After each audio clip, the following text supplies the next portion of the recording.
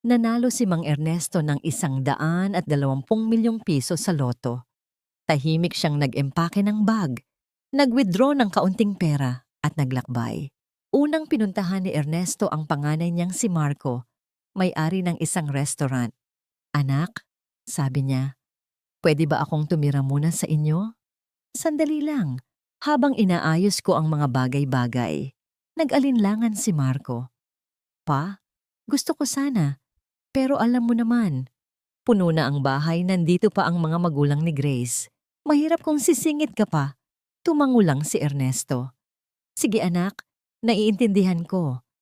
Lumakad siyang paalis. Bit-bit ang mabigat na bag at mas mabigat na puso. Sumunod niyang pinuntahan ang anak niyang si Liza, nagtatrabaho sa ospital sa Maynila. Pagbukas ng pinto, nagulat ito. "Papa, di ka man lang nag-text." "Gusto lang kitang makita," wika ni Ernesto. "Baka pwedeng tumigil dito ng ilang araw." Napabuntong hininga si Liza. "Pa, ang hirap ngayon. Puro duty ako. Wala na rin kaming kwarto. Baka pwede next time na lang." Ngumiti si Ernesto, halatang pilit. Sabi niya, "Sige anak, next time na lang." At muli siyang naglakad mag-isa. Nakapagdesisyon siya na bumalik na lang sa probinsya. Sa bunso niyang si Tomas, na nanatili sa lupaing minana nila.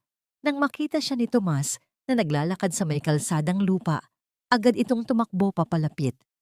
"Pa, umuwi ka. Bakit di mo sinabi? Magluluto ako ng sinigang mo." Tumawa si Ernesto. "Kung tinanong kita kung pwede akong tumira dito, papayag ka ba?" Ngumiti si Tomas. "Siyempre pa, bahay mo to. Hindi mo kailangang magpaalam." Gabi na nang sabay silang kumain. Ibinigay ni Tomas ang sariling kama at siya'y sa sahig na natulog. At sa unang pagkakataon, matapos ang mahabang panahon, nakatulog si Ernesto nang may ngiti sa labi. Makaraan ng 1 linggo, may kumatok sa bahay ni Tomas, isang abogado, may dalang sobre. Sa loob, may sulat kamay ni Ernesto. "Anak, tinanggap mo ako nang walang hinihinging kapalit. Hindi mo alam, ako'y nanalo sa loto. Dumalaw ako hindi para magbigay ng pera, kundi para makita kung sino sa inyo ang tatanggap pa rin sa akin bilang ama. Ikaw lang ang gumawa niyon. Kaya lahat ng meron ako, pera, lupa, at ang natitirang taon ng buhay ko ay para sa'yo. Gamitin mo ito ng may kabutihan dahil iyan ang tunay na kayamanan." Tahimik na umiyak si Tomas